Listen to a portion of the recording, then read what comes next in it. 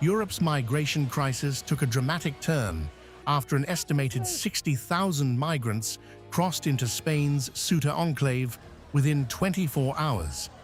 In response, Italian Prime Minister Giorgia Meloni announced temporary border controls on arrivals from Spain, calling it an extraordinary measure to safeguard national security. Rome said it would carry out targeted checks on non-EU nationals arriving by air and sea from Spain.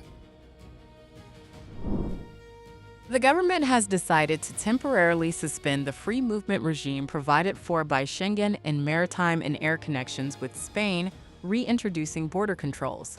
This is an extraordinary measure adopted to safeguard national security and prevent possible repercussions for our nation.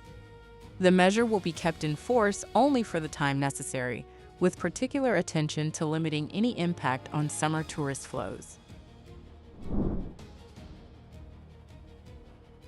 Italy's move quickly fueled calls for stronger measures across Europe. Poland's Donald Tusk warned Schengen's future depends on tighter border protections. Denmark urged the EU to consider all options, including measures affecting Spain's Schengen status, while Czech leader Andrej Babiš backed calls to suspend Spain's Schengen privileges. France also announced stronger controls along the French-Spanish border, raising fears that more countries could follow Italy's lead. Madrid rejected criticism and insisted the crisis was being brought under control. Prime Minister Pedro Sanchez described the crossings as a violation of Spain's territorial integrity and blamed human trafficking networks. Spanish authorities said nearly 50,000 migrants had already returned to Morocco, arguing there was no onward route into mainland Spain or the wider European Union.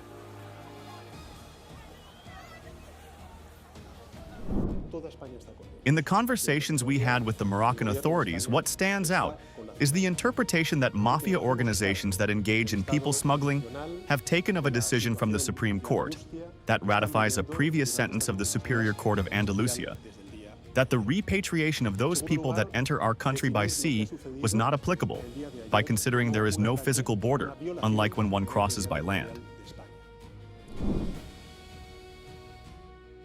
Slovak Prime Minister Robert Fico entered the debate with a different message. While supporting tougher protection of the EU's external borders, Fico opposed calls to suspend Spain from Schengen. Instead, he offered Slovak assistance to Madrid, saying Europe should help Spain secure its borders rather than punish it. Today, I also joined the initiative of Italian Prime Minister Giorgia Meloni, calling for a strong response from the EU institutions. The government of the Slovak Republic has long maintained that the most effective way to prevent illegal migration is the rigorous protection of the Schengen external borders.